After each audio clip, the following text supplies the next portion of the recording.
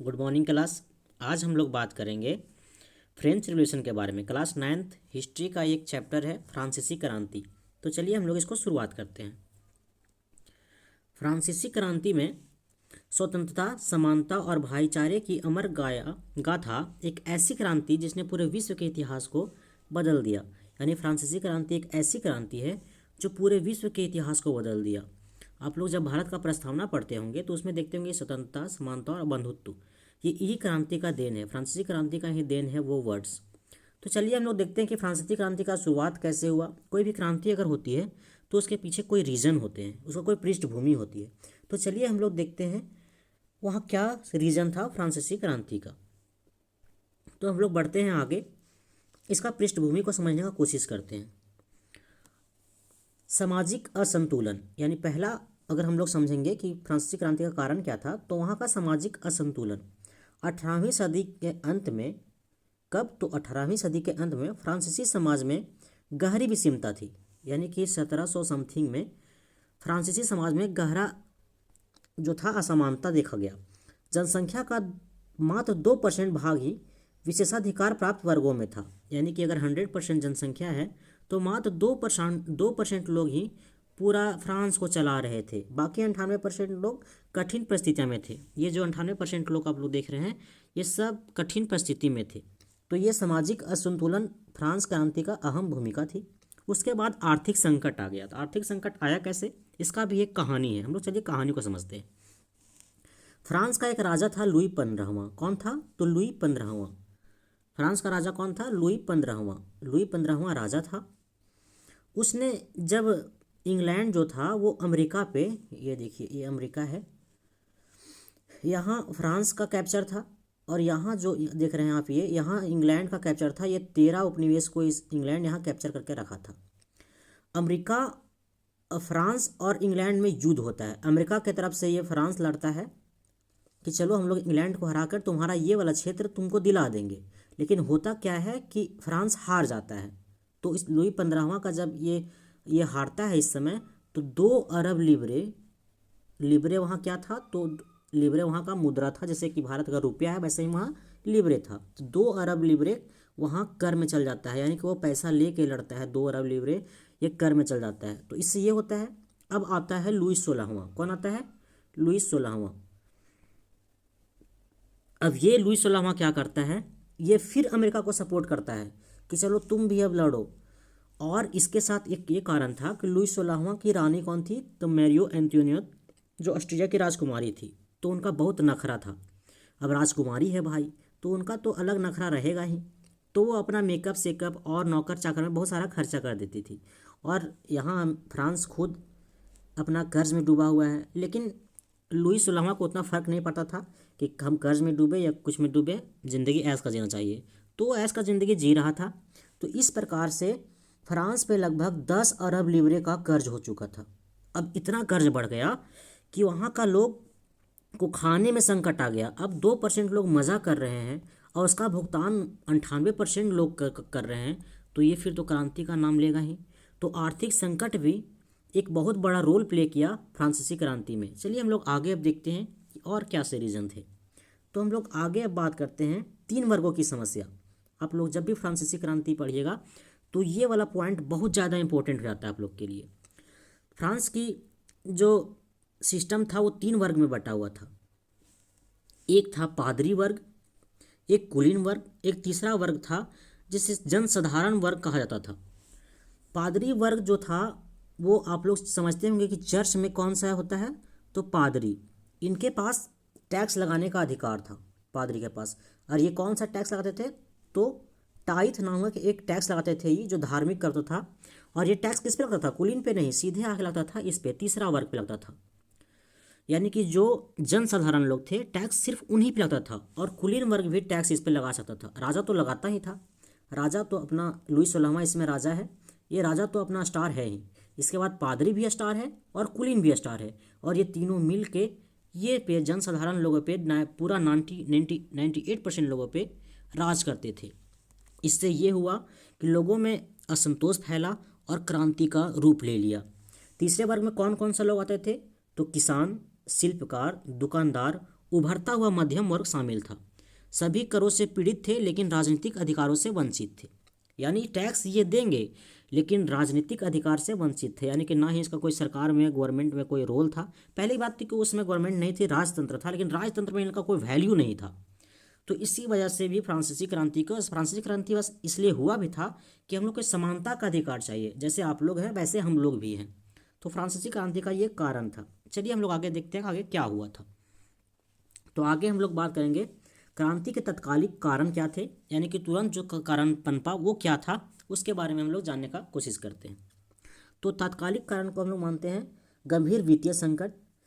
तो आप लोग को बताया कि फ्रांस पे कितना अरब लीवरे का कर्ज हो चुका था, तो फ्रांस पे लगभग 10 अरब लीवरे का कर्ज हो चुका था। तो अब तो पूरा फ्रांस के लोग इसको झेलना पड़ेगा। तो राजा एक काम किया कि चलो, उसमें बुलाता था स्टेट जनरल, यानी कि बैठक बुलाता था। अब इसमें से कौन सा वर्ग था, तो पादरी वर्ग और कुलीन वर्ग। तो वहाँ से पादरी वर्ग से 300 लोग और कुलीन वर्ग से 300 लोग और यहाँ से 600 लोग, जो जनसाधारण था उससे 600 लोग को बुलाता है, और इसे तीनों मिला के स्टेट जनरल बुलाई गई। यही तीनों लोग भाग लेते थे। अब इसमें यह होता था कि वोटिंग, अगर कोई सा भी प्रस्ताव लाना है कि हमको टैक्स बढ़ाना है तो वोटिंग होता था। तो इसमें 300 लोग वोट कर देते थे, इन लोग 600 हो गया, और 600 लोग इसमें, तो 600 लोग वोट इसको किया और एक राजा करता था। तो ज़्यादातर चांस था कि इन लोग जो बोलता था वही होता था, यानी कि पादरी, कुलीन और राजा मिलकर जो बोलता था वही होता था। तो ये था कि तत्कालिक कारण ये था कि जब राजा लुई 16वां ने 1789 में स्टेट जनरल बुलाई, वो भी कितना साल बुलाया था, 175 वर्ष, पहली बार 1600 समथिंग में हुआ था, उसके बाद 1789 में स्टेट जनरल की बैठक हुई। तो इस यहाँ तो लोग असंतोष थे। उसके बाद दूसरा तत्कालिक कारण था खाद्य संकट। आप लोग को बताए कि उस समय खाद्य संकट भी बढ़ गया था, यानी कि लोग खाने तक पाव, उस वहाँ फ्रांस में पाव बहुत ज़्यादा फेमस है, पाव रोटी जहाँ हम लोग बोलते हैं यहाँ, तो वहाँ पाव बहुत ज़्यादा फेमस था। तो पाव खाने के लोग तरस गए थे। यानी अगर बोला था कि अगर इन्फ्लेशन मतलब मुद्रास्फीति इस प्रकार बढ़ गया था फ्रांस में कि अगर एक तरफ एक मतलब झोला में ये रखा हुआ है पैसा और एक तरफ 2 पाव रखा हुआ है, तो लोग पाव उठाते थे, पैसा नहीं उठाते थे, क्योंकि पैसा सबके पास था। यानी बाजार में इतना पैसा आ गया था, वो भी मतलब क्या बोलते हैं उसको, ब्लैक मनी, कि पैसा सबके पास था और सामान कम था। तो इसलिए इन्फ्लेशन आ गया था, खाद्य संकट आ गया था। तो एक कारण, तत्कालिक कारण यह था। तो हुआ यूँ कि बास्तिल का एक किला था जिसमें लोग कैद करके रखा जाता था। तो 14 जुलाई 1789 को क्रांति का प्रतीक बना यह ऐतिहासिक घटना। यानी तत्कालिक कारण को बास्तिल का किला को लोग यहाँ आया। देखिए ये फिगर के माध्यम से आप लोग समझने का कोशिश कीजिए कि बास्तिल को किला को ये लोग आग से जला दिया। क्या किया, तो आग से जला दिया बुरा, और इसमें जो भी लोग बंदी थे उन लोग को निकाल दिया। तो इस समय समझा जाता है कि फ्रांस को आज़ादी मिली, ऐसे इन लोग मानते हैं। तो 14 जुलाई को अगर पूछेगा क्वेश्चन कि फ्रांस की आज़ादी कब मनाया जाता है, बास्तिल किला का पतन को फ्रांसीसी क्रांति का प्रतीक माना जाता है, तो 14 जुलाई 1789 को क्रांति का प्रतीक माना गया। अब हम लोग आगे बात करते हैं कि फ्रांसीसी क्रांति के आगे और क्या हुआ। तो चलिए हम लोग देखते हैं राष्ट्रीय सभा का गठन। यानी कि जब यहाँ ये बास्तिल का किला इन लोग फूंक दिया, उसके बाद एक राष्ट्रीय सभा का गठन किया इन लोग, जो लोग जनसाधारण लोग, ठीक है। राष्ट्रीय सभा की घोषणा की गई, यानी तीसरे वर्ग ने स्वयं को राष्ट्रीय सभा घोषित किया जून 17, यानी कि इसका डेट एग्जैक्ट है 20 जून 1789 को इन लोग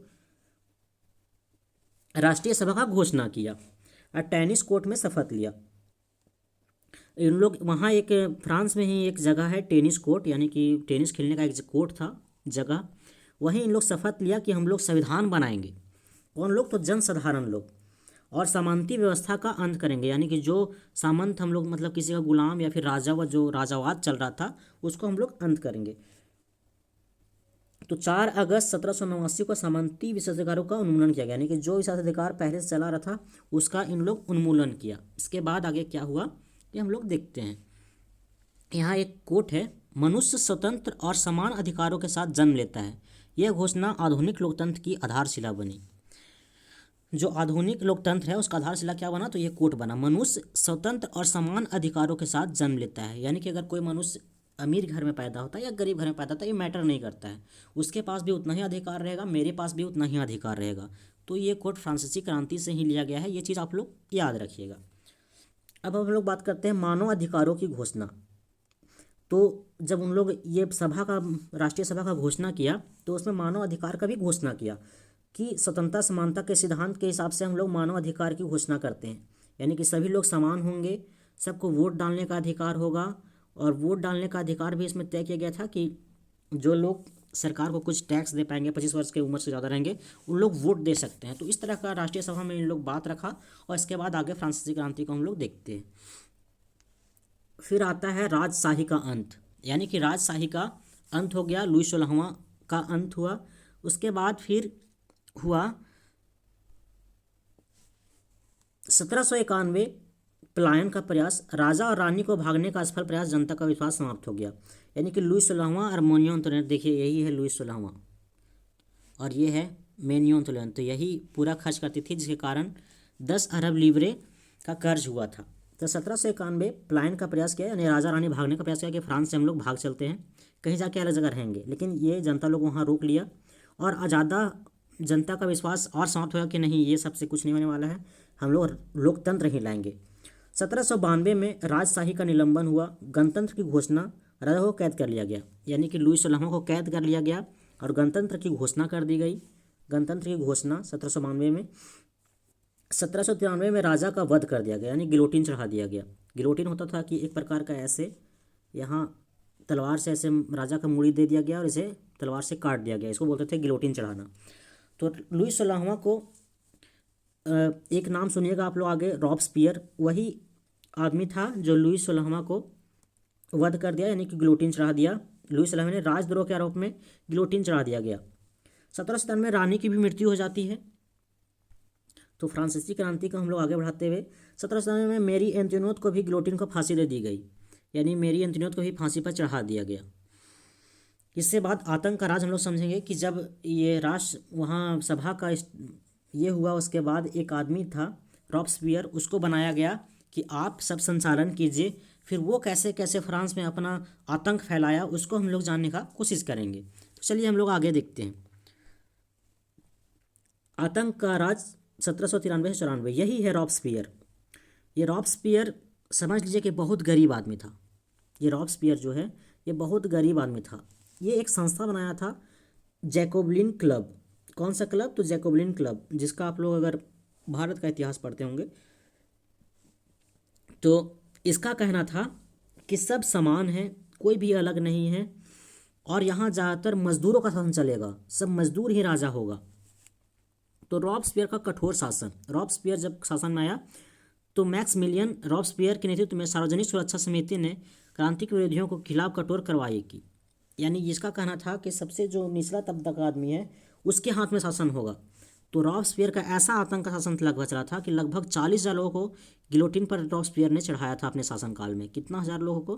कि लगभग 40,000 लोगों को अपने शासनकाल में ये गिलोटिन पर चढ़ाया था और लगभग 3 लाख गिरफ्तारियों से निगत व्यक्तियों को बड़ी संख्या में गिरफ्तारी की थी। लगभग 3 लाख लोग था फ्रांस का, उसको गिरफ्तार किया था कि तुम लोग कहीं ना कहीं लुई 16वां से जुड़े हुए हो इसके खिलाफ।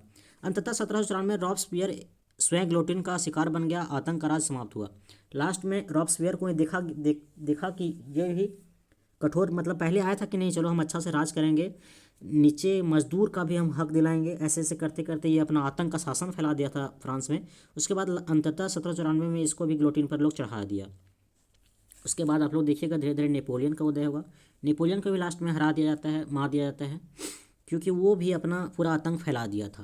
तो चलिए हम लोग आगे देखते हैं। रॉबस्पियर को हम लोग देखिए, अब देख लिए नेपोलियन का उदय, नेपोलियन का कैसे उदय हुआ है आप लोग जानिएगा। नेपोलियन कैसे कैसे पूरा यूरोप में विजय प्राप्त करने लगा था। तो हम लोग पढ़ते हैं सम्राट नेपोलियन के बारे में। तो नेपोलियन एक ऐसा आदमी था, ये फ्रांस के सेना में एक कमांडर था। धीरे धीरे ये सरकार में आया और ये आया था किस चीज़ को लेके कि हम सबको समान अधिकार दिलाएंगे, सब जगह साम्राज्यवाद रहेगा। इसको लेकर नेपोलियन सत्ता में आया था और नेपोलियन धीरे धीरे पूरा यूरोप को जीतता गया, अपने ओर आकर्षित करता गया और बोल सकते हैं कि नेपोलियन एक बड़ा ये बन गया था यूरोप में। सैन्य नेता 1796 से 99, इटली और मिस्र में शानदार सैन्य विजय, यानी इटली और मिस्र में शानदार सैन्य विजय किया किसने? नेपोलियन ने। ये पहले क्या था? तो आप लोग को बताया कि ये पहले सेना था, सेना में कमांडर था, धीरे धीरे वहाँ अपना वर्चस्व बनाया। उसके बाद फिर आया तख्ता पलट जब हुआ, ये फ्रांस में जब तख्ता रॉब्सपियर जब मरा, उसके बाद तख्ता पलट हुआ, उसके बाद फिर नेपोलियन का उदय हुआ। ये आया, बोला कि हम ही ने फ्रांस को हम ही चला सकते हैं। उसके बाद फ्रांस का नेतृत्व जनमत संग्रह करवाया और अपने आप को ये राजा घोषित किया, स्वयं को फ्रांस का सम्राट घोषित किया। 1804 में नेपोलियन कब बना, तो 1804 में अपने खुद को ये राजा बना दिया। उसके बाद नेपोलियन भी धीरे धीरे पूरे यूरोप में जीतता गया। नेपोलियन ने कानून संहिता, अपने ये कानून संहिता बनाया था, अपना एक बनाई जो क्रांतिक सिद्धांतों को कानूनी रूप देती थी। उसने पूरे यूरोप में फ्रांसीसी शासन का विस्तार किया। वो पूरे यूरोप में बोलता था कि देखिए हम जैसे शासन कर रहे हैं वैसे ही पूरा यूरोप में शासन चलेगा। तो एक इंग्लैंड के खिलाफ था, बाकी सब धीरे धीरे इसके चपेट में आने लगे। धीरे धीरे ये रूस गया, रूस में भी हल्का फुल्का जीता। उसके बाद आया, उसी क्रम में इसको कुछ कुछ झगड़ा हुआ। उसके बाद फिर इसका हार हुआ, लास्ट में वाटरलू की लड़ाई में ये मर जाता है। उसके बाद इसका कहानी समाप्त हो जाता है। तो चलिए हम लोग आगे देखते हैं। अब फिर इसका नेपोलियन का आप लोग कहानी सुन लिए कि कैसे कैसे इसका क्या हुआ। भाई विस्तार हम आप लोग को एक एनसीईआरटी से अलग एक अलग कहानी आप लोग को बता दे रहा था कि आप जब एनसीईआरटी पढ़िएगा तो आपको मज़ा आएगा पढ़ने में कि हाँ सर कुछ बताए थे। तो चलिए हम लोग देखते हैं कि फ्रांसीसी क्रांति के प्रभाव कैसे कैसे पड़ा। तो फ्रांसीसी क्रांति का प्रभाव हम लोग पढ़ेंगे, वैश्विक प्रभाव कि कैसे पूरा वर्ल्ड में फ्रांसीसी क्रांति का प्रभाव पड़ा। तो लोकतंत्र की स्थापना हुआ, राजशाह का अंत और जनता का संप्रभुता बढ़ा। यानी कि फ्रांसीसी क्रांति से लोकतंत्र की स्थापना हुई, राजशाही का अंत हुआ और जनता की संप्रभुता, यानी जनता ही संप्रभु है, यानी कि वो निर्णय ले सकता है। जनता की शक्ति, परिवर्तन लाने में जनता की भूमिका, यानी कि अब ऐसा मानने लगा कि अगर जनता जो चाहेगा, जनता की शक्ति इतनी है कि वो परिवर्तन ला सकती है। उपनिवेशवाद विरोध, यानी कि इससे ये हुआ कि उपनिवेशवाद में विरोध बढ़ा कि जो भी गुलाम है वो सब देश, उसमें जैसे कि इंग्लैंड बहुत सारे देश को गुलाम बना लिया था, तो धीरे धीरे वहाँ भी विरोध होने लगा कि नहीं, इससे स्वतंत्रता आंदोलन का प्रेरणा मिला। फ्रांसीसी क्रांति से ही स्वतंत्रता आंदोलन का प्रेरणा मिला। समानता का विचार, देखिए रॉब्सपियर यही समानता लाना चाहता था कि सब लोग समान है, तो यही समानता का विचार यहाँ से निकलता है। सामाजिक विशेषाधिकारों का उन्मूलन, यानी कि सब में सामाजिक विशेषाधिकार हो, जैसे कि सब लोग एक जैसा हो, ऐसा नहीं हो कि मतलब फिर स्टेट में बढ़ जाए कि वो अलग अलग, सब एक हो। संविधानवाद, लिखित संविधान की परंपरा यहीं से स्टार्ट हुआ कि यहाँ से लिखित संविधान। राष्ट्रवाद का उदय, राष्ट्रवाद का उदय अगला चैप्टर है, यूरोप में राष्ट्रवाद का उदय। तो ये प्रेरणा लेता है, यहीं से लेता है कि कैसे राष्ट्रवाद का उदय होता है, फिर वो फ्रांसीसी क्रांति का ही देन है। तो आई होप आप लोग को बड़ा अच्छा समझ में आया होगा फ्रांसीसी क्रांति का प्रभाव।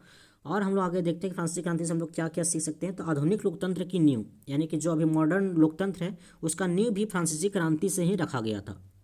तो हम लोग देखते हैं कि कैसे आधुनिक लोकतंत्र की नींव रखा गया फ्रांसीसी क्रांति में। तो इसका ऐतिहासिक महत्व है। फ्रांसीसी क्रांति ने सिद्ध किया कि जनता अन्यायपूर्ण शासन को उखाड़ सकती है। स्वतंत्रता, समानता और भाईचारे के सिद्धांत आज भी प्रासंगिक हैं। यानी कि इसका फ्रांसीसी क्रांति से ये सीख मिलता है कि अगर जनता चाह जाएगी, अभी अगर लेटेस्ट न्यूज़ आप लोग देखेंगे नेपाल में, तो कैसे एक सरकार को हिला कर रख दी जनता, तो वैसे ही अगर जनता चाह जाएगी तो कुछ भी कर सकती है। तो ये आप जो स्टैचू देख रहे हैं, ये मिसाइल लिए हुए लेडीज़, ये इसी का प्रतीक है। अगर जनता चाह जाएगी तो कुछ भी कर सकती है। आधुनिक प्रभाव, संविधान, मानव अधिकार, लोकतांत्रिक मूल्य, ये सभी फ्रांसीसी क्रांति के देन है। यह क्रांति विश्व इतिहास का एक निर्णायक मोड़ था। यानी कि जो भी मानव अधिकार अभी देख रहे हैं, लोकतांत्रिक मूल्य देख रहे हैं, संविधान देख रहे हैं, ये सभी किसका देन है, तो फ्रांसीसी क्रांति का ही देन है। यहीं से सब शुरुआत हुआ था कि कैसे क्या करना है। सबक क्या मिला हमको फ्रांसीसी क्रांति से, क्या हमको सीखना चाहिए। तो क्रांति ने यह भी दिखाया कि अति किसी भी दिशा में खतरनाक है, यानी कि अति किसी भी दिशा में खतरनाक है। जैसे कि हम लोग पढ़ेंगे कि लुई सोलहवां इतना ज़्यादा टैक्स हो गया, आर्थिक संकट हो गया, तो फिर क्रांति हो गया। रॉब्सपियर इतना ज़्यादा अति कर दिया कि लास्ट में उसको गिलोटिन चढ़ाना पड़ा। नेपोलियन भी इतना ज़्यादा अपना विस्तार का नीति अपना दिया कि उसको भी समाप्त करने पड़ा। तो हम लोग इससे समझते हैं कि किसी चीज़ का भी अति जो है वो खतरनाक है। आतंक का राज इसका प्रमाण है। संतुलन और न्याय आवश्यक है। यानी आतंक का राज किसका था, तो रॉब्सपियर का था। आप लोग को हम पढ़ाएं कि रॉब्सपियर का आतंक का राज, तो वो अपना राज को भी पूरा खतरनाक टाइप से कर दिया था, इसी का लास्ट में उसको भी गिलोटिन चढ़ाया गया। तो वो भी अति भी किसी चीज़ का, ये हम लोग को फ्रांसीसी क्रांति से मिलता है सबक कि अति नहीं होनी चाहिए। तो हम लोग देखते हैं आगे क्या सीख मिलता है। तो क्रांति केवल घटनाओं का क्रम नहीं बल्कि विचारों का विजय थी। यानी एक चीज़ हमको इससे सीखने मिलता है, क्रांति केवल घटनाओं का क्रम नहीं, जो हम लोग घटना पढ़े वो उसका क्रम ही नहीं बल्कि विचारों की विजय थी। जैसे कि पहले लोग सामंती थे, बाद में लोकतांत्रिक हुए, तो उसी प्रकार विचार का यहाँ विजय हो रहा है कि एक विचार को हम लोग विजय किए। तो उसी प्रकार फ्रांसीसी क्रांति से हमको सीख मिलती है कि इसका यहाँ स्वतंत्रता, समानता और भाईचारा कैसे हमको बनाना है। संविधान मानव अधिकार को हमको यहीं से मिलता है। सबक मिलती है किसी भी चीज़ का अति नहीं होना चाहिए, नहीं तो रॉबस्पियर, नेपोलियन टाइप से हम लोग का भी विनाश तय है। तो आई होप कि आप लोग को फ्रांसीसी क्रांति एक अच्छा कहानी या सिनेमेटिक ढंग से समझ में आया होगा। इसके बाद आप लोग एनसीईआरटी का अध्ययन कीजिए और वहाँ से जो पॉइंट या फिर डेट दिया हुआ है उसको रटिए, आपका पूरा क्लियर हो जाएगा। तो आज के लिए इतना ही, मिलते हैं नेक्स्ट क्लास में। जय हिंद।